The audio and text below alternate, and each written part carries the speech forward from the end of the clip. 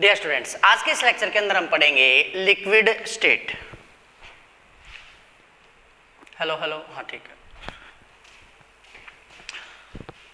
तो liquid state के अंदर हम क्या पढ़ेंगे भी, हम मेनली 3 टॉपिक पढ़ेंगे, जिसके अंदर हमारा सबसे पहला टॉपिक आता है हमारा वेपर प्रेशर। ये जो टॉपिक है, जो स्कूल वाले बच्चे हैं भाई, उनको अभी नहीं लिखना है फेयर कॉपी के अंदर, जब लिखना होगा मैं बता दूंगा। इसकी पीडीएफ आपको ग्रुप के अंदर मिल जाएगी। सभी बच्चों को ये ध्यान से समझ लेना है। आज लाइव नहीं हो पाया, लाइव में कुछ फॉल्ट है, इस वजह से रिकॉर्डेड लेक्चर डाल रहा हूँ। साथ में मैं आपके कमेंट ले लूंगा, साइड में आप कमेंट करके मेरे को बता सकते हो। अगर किसी में कमेंट है तो साथ के साथ मैं आपका रिप्लाई भी दे दूंगा। तो टॉपिक आता हमारा वेपर प्रेशर। अगर सिंपल सी डेफिनेशन की बात की जाए, वेपर प्रेशर मतलब वो प्रेशर जो किसके द्वारा लगाया जाता है, वेपर्स के द्वारा। तो क्या डेफिनेशन लिखेंगे, it is defined as the pressure, it is defined as the pressure which is exerted by vapors। ठीक है, वो प्रेशर भाई जो किसके द्वारा लगाया जाता है, वेपर्स के द्वारा। यह जो डेफिनेशन है भाई, यह है बकान वाली डेफिनेशन। मतलब सिंपल सा है, बता दे वेपर ने जो प्रेशर लगा वो क्या होगा, वेपर प्रेशर। लेकिन एक्चुअल में अगर हम बात करें तो वेपर प्रेशर की हम बात करेंगे क्लोज कंटेनर के अंदर। ठीक है, तो क्या लिखेंगे, in a closed container, in a closed container वहन। तो क्लोज कंटेनर के अंदर भाई कौन सी condition, rate of vaporisation, rate of vaporisation becomes equal to rate of condensation. वो क्या कहलाता है भाई, वेपर प्रेशर। जैसे ये कोई क्लोज्ड वेसल है, यहाँ पर हमने कोई लिक्विड ले रखा है और उस लिक्विड को हम यहाँ से हीट करने लग रहे हैं।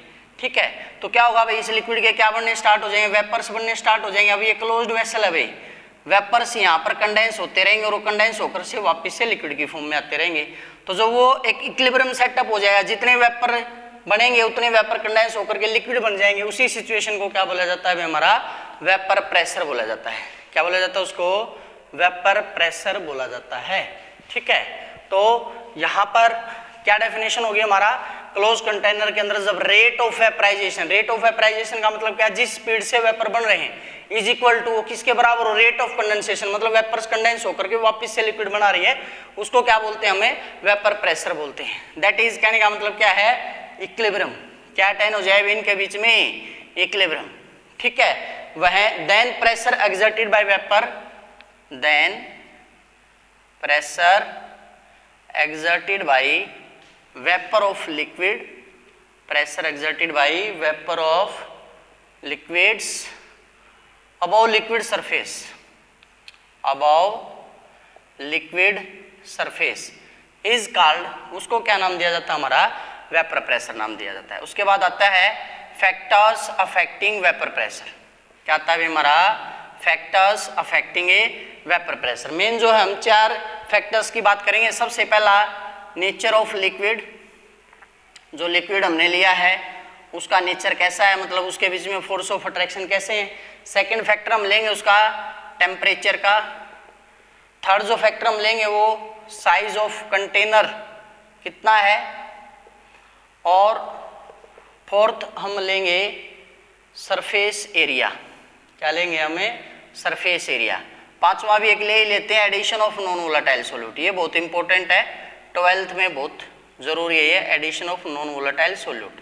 ठीक है, तो सबसे पहले हम बात करेंगे नेचर ऑफ लिक्विड की। अब आप एक बात सोचिए, ये जो लिक्विड हमने लिया है, अगर इसके बीच के जो इंटरमोलिकुलर फोर्स हैं वो वीक हैं, यानी जो नेचर है भाई इंटरमोलिकुलर फोर्स का वो कैसा है, वीक है, तो टेम्परेचर हम बढ़ाएंगे तो वीक फोर्स तो आसानी से टूट जाएंगे और कंपाउंड जो है लिक्विड से किस में चला जाएगा, वेपर फेज में आसानी से चला जाएगा। लेकिन अगर फोर्स स्ट्रॉन्ग है तो टेम्परेचर में और ज्यादा बढ़ाना पड़ेगा, वो लेट वेपर बनेंगे। तो क्या लिख सकता हूं मैं फर्स्ट पॉइंट के अंदर, vapour pressure is inversely proportional to binding forces. कि जो फोर्स लिक्विड के बीच में एग्जिस्ट कर रहे हैं उसके इनवर्सली प्रोपोर्शनल होगा। या फिर क्या लिख सकता हूं मैं, और vapour pressure is inversely proportional to intermolecular force. क्या हुआ, इनवर्सली प्रोपोर्शनल हुआ किसके, intermolecular force of attraction between liquid molecules. तो जो भी लिक्विड मोलिक्यूल्स हैं उनके इनवर्सली प्रोपोर्शनल होगा। सेकंड वे, टेम्परेचर का तो आपको पता है, जितना ज़्यादा टेम्परेचर बढ़ेगा उतनी ज़्यादा क्या होंगे, वेपर प्रेशर बढ़ेंगे, उतना ज़्यादा वेपर प्रेशर एक्सर्ट करेंगे। तो वेपर प्रेशर क्या होता है, directly proportional to temperature. Size of container का भी कोई इफेक्ट नहीं होता, vapour pressure is independent of size of container. Size of container का जो है वेपर प्रेशर के ऊपर कोई इफेक्ट नहीं होता है। सरफेस एरिया के डायरेक्टली प्रोपोर्शनल होगा, सीधी सी बात है, जितना ज़्यादा सरफेस एरिया हो उतनी ज़्यादा क्या बनेंगे, वेपर। जैसे आपके पास एक तो गिलास के अंदर पानी, आप उसको धूप में रख दीजिए, एक आपके पास कोई बड़ा वेसल है उसको आप धूप में रख दीजिए, तो वेपर जो बनेंगे वो किसकी ज़्यादा बनेंगे, जिसका जो है सरफेस एरिया ज़्यादा है। ठीक है, तो लास्ट का addition of non volatile solute. जैसे भी ये कोई यहाँ पर हमने सॉल्वेंट ले रखा था, इसके वेपर बनने लग रहे थे, अगर मैं यहाँ पे क्या डाल दूँ, एक नॉन वोलेटाइल सॉल्यूट।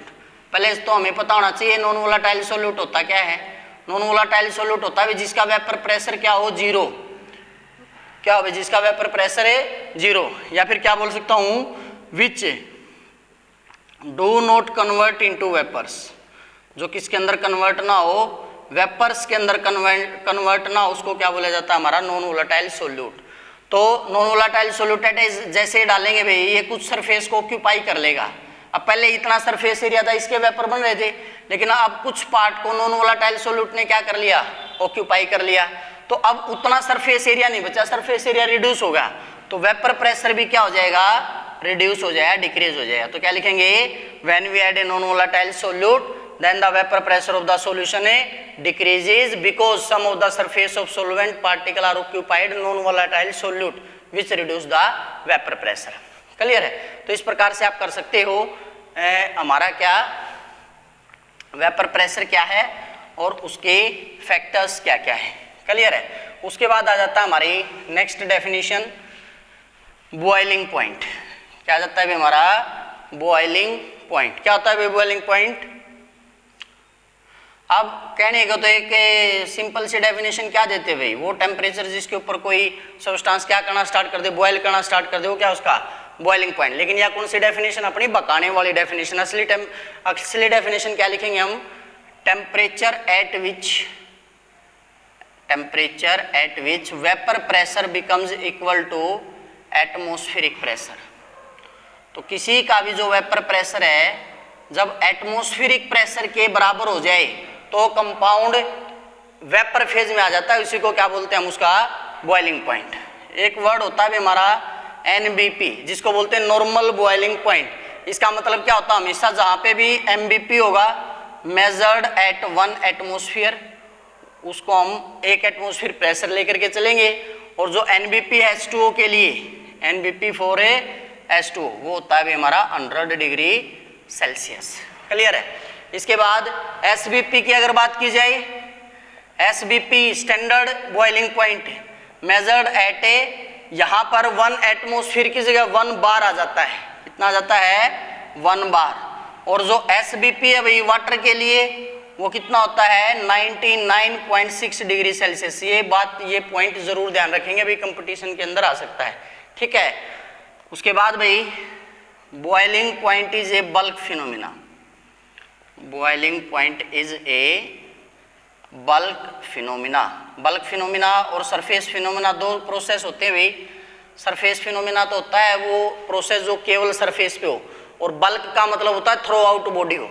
अब जब हम किसी ऑब्जेक्ट को, किसी लिक्विड को हीटअप करना स्टार्ट करते हैं, तो ऐसा तो है नहीं कि नीचे नीचे वाला हीटअप होगा, ऊपर वाला नहीं होगा, या ऊपर ऊपर वाला हीटअप होगा, नीचे वाला नहीं होगा। आहिस्ता आहिस्ता पूरा सर्कुलेशन बनेगा, और जब उसका वेपर प्रेशर एटमॉस्फेरिक प्रेशर के बराबर आ जाएगा वेपर प्रेशर, तो वो वेपर फेज में चला जाता है, यानी बॉयल करना स्टार्ट कर देता है। तो ये क्या है, बल्क फिनोमिना। बल्क का मतलब है थ्रो आउट बॉडी, कंप्लीट ही बॉयल करना स्टार्ट करेगा। ऐसा नहीं होगा कि थोड़ा बहुत पॉइंट जो उसका बॉयल करना स्टार्ट करेगा। ठीक है। यहाँ पर एक क्वेश्चन आ जाता है, वाही cooking time is less in domestic pressure. वाही cooking time is a less in a domestic pressure cooker या डोमेस्टिक प्रेशर। कि जब हम खाना बनाते हैं भाई प्रेशर कुकर के अंदर, तो खाना पकने में जो टाइम है वो कम लगता है। क्यों लगता है कम? ठीक है। रीजन क्या है भाई, क्या करते हैं हम, जो डोमेस्टिक प्रेशर होता है उसके अंदर भी जो भी हमने बनाना है डाला और ऊपर से हमने ढक्कन लगा दिया, नीचे से टेम्परेचर बढ़ा, टेम्परेचर बढ़ा तो वेपर बढ़ेगा, ठीक है। तो उससे क्या होगा, प्रेशर बढ़ना स्टार्ट हो जाता है। प्रेशर बढ़ने से क्या है, जो लिक्विड है उसका बॉइलिंग पॉइंट इंक्रीज हो जाता है। अब बॉइलिंग पॉइंट इंक्रीज हो गया तो वेपर जल्दी नहीं बनेगी, मतलब वो फूड को जो है जल्दी पका देगा, ठीक है।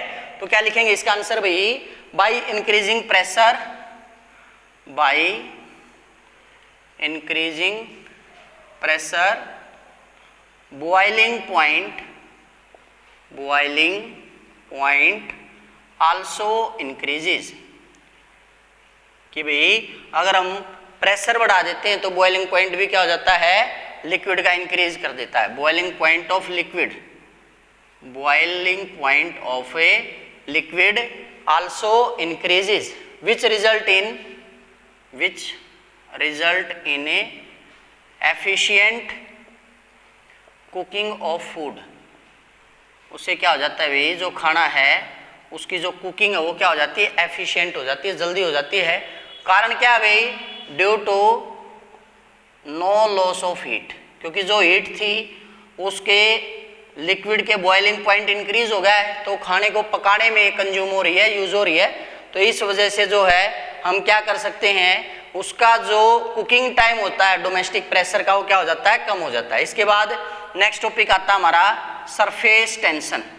क्या टॉपिक आता है हमारा, सरफेस टेंशन। क्या होता है सरफेस टेंशन, नाम से ही पता चल रहा है, जैसे भी ये कोई सरफेस है, इसकी लेंथ है 1 सेंटीमीटर, इसके ऊपर जो फोर्स परपेंडिकुलर एक्ट कर रहा है वो क्या, उसकी सरफेस टेंशन है भाई। तो क्या लिखेंगे, it is defined as the force per unit length. तो पर यूनिट लेंथ कितना फोर्स लग रहा है भाई, वो क्या होता है हमारा, उसकी सरफेस टेंशन होती है, ठीक है। तो जो एसआई यूनिट है सरफेस टेंशन की, SI unit of surface tension वो क्या होती है, न्यूटन पर मीटर, ठीक है। और सीजीएस यूनिट की अगर बात की जाए, सीजीएस यूनिट होती है इसकी डाइन पर सेंटीमीटर में, प्रेशर को इसमें डाइन में और इसको जो है मीटर की बजाय सेंटीमीटर में हम यूज करते हैं। उसके बाद आता है फैक्टर्स अफेक्टिंग वेपर प्रेशर। क्या आता है हमारा, फैक्टर्स अफेक्टिंग ए वेपर प्रेशर, कि ऐसे कौन से फैक्टर्स हैं जो किसको अफेक्ट करते हैं, वेपर प्रेशर को इफेक्ट करते हैं। सबसे पहला क्या आता है हमारा, नेचर ऑफ लिक्विड। क्या आता है हमारा, नेचर ऑफ ए लिक्विड। वही सेम आ गया भाई, यहाँ पे जब हमने वेपर प्रेशर पढ़ा था वहां पे जो सरफेस टेंशन थी वो किसके डायरेक्टली थी, इनवर्सली थी, इंटरमोलिकुलर फोर्स के। जब सरफेस टेंशन की बात की जाएगी तो वो डायरेक्टली होगी, surface tension is directly proportional to intermolecular force between liquid molecules. Liquid molecules के बीच में जो इंटरमोलिकुलर फोर्स है उसके डायरेक्टली क्या होगी, हमारी सरफेस टेंशन होगी। समझो भाई इस बात को। अब मैंने क्या किया भाई, 2 ड्रॉप ली, एक ड्रॉप तो मैंने डाली पानी की और एक ड्रॉप डाली मैंने शहद की। तो कम एरिया में कौन फैलेगा, शहद वाला फैलेगा। बेसिक सी बात है, सीधी सी बात है, वो ज्यादा गाढ़ा होता है, मोर कंसंट्रेटेड होता है। मोर कंसंट्रेटेड क्यों है, क्योंकि उसके बीच के इंटरमोलिकुलर फोर्स स्ट्रॉन्ग है, तो वो जो है कम से कम एरिया में सिमट जाता है, यानी उसकी सरफेस टेंशन ज्यादा है, क्योंकि सरफेस टेंशन क्या था, फोर्स पर यूनिट लेंथ, ठीक है। तो सरफेस टेंशन क्या होता है, directly proportional to intermolecular force of liquid molecule. दूसरा भाई टेम्परेचर, ठीक है। तो सरफेस टेंशन क्या होता है, इनवर्सली प्रोपोर्शनल टू टेम्परेचर। सीधी सी बात है भाई, टेम्परेचर बढ़ेगा तो इंटरमोलिकुलर फोर्स वीक होंगे, और इंटरमोलिकुलर फोर्स वीक होंगे तो मोलिक्यूल एक्सपेंड होने की कोशिश करेगा। मोलिक्यूल एक्सपेंड होगा यानी उसके ऊपर जो फोर्स लग रहा है वो घट रहा है, तो सरफेस टेंशन क्या होगी, इनवर्सली प्रोपोर्शनल टू टेम्परेचर, ठीक है। उसके बाद आ जाता है कॉन्सिक्वेंसेस ऑफ सरफेस टेंशन, कि भी सरफेस टेंशन का जो रिजल्ट है वो क्या होता है, उसके क्या कॉन्सिक्वेंसेस हैं। Consequences of surface tension, number 1 spherical shape of drop, spherical shape of A drop. आप कोई भी पानी की बूंद डालो या किसी की भी बूंद डालो, आप शहद की डालो, ठीक है, किसी और लिक्विड की डालो, पेट्रोल की डालो, डीजल की डालो, तो आप देखोगे भाई ऑटोमेटिक वो स्फेरिकल शेप में हो जाता है, ऐसे ऐसे। शुरुआत में वो ऐसे हो सकता है, फिर वो आहिस्ता आहिस्ता कंडेंस हो जाता है। ये तो ज़्यादा कर दिया मैंने, ऐसे हो जाएगा ऐसे। तो कारण क्या, उसके ऊपर क्या लग रहा है भाई, फोर्स पर यूनिट लेंथ लग रहा है, जिस वजह से उसका एरिया क्या हो जाता है, रिड्यूस हो जाता है। और दूसरा अभी कैपिलरी एक्शन, क्या है, कैपिलरी एक्शन।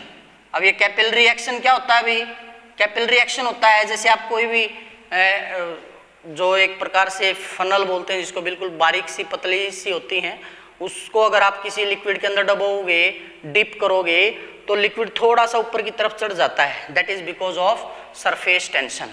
क्लियर है, तो ये क्या हो जाता है हमारा, सरफेस टेंशन। इसके बाद लास्ट टॉपिक आता है हमारा इसका viscosity.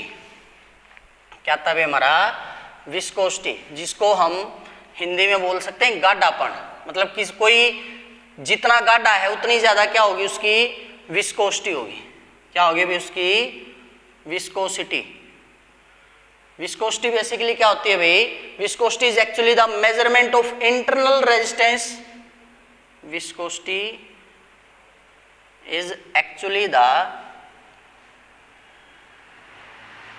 measurement of internal resistance, measurement of a internal resistance to flow of liquid, to flow of a liquid। या फिर और मैं क्या बोल सकता हूँ भाई, which oppose the flow of liquid, which oppose the flow of liquid, जो लिक्विड को बहने से रोकती है। बहने से कौन रोकेगा भी, उसका अपना खुद का अंदर का इंटरनल रेजिस्टेंस। तो जितने ज्यादा स्ट्रॉन्ग फोर्स होंगे उतनी ज्यादा क्या होगी भाई, उसकी विस्कोसिटी होगी। ठीक है, तो इसको कैसे डिनोट किया जाता है, physical to eta into A into D V upon A D Z. अब यहाँ पे जो ए है वो क्या होगा भाई, area, D V by D Z है, ये होता है वेलोसिटी ग्रेडियंट बोलते हैं इसको।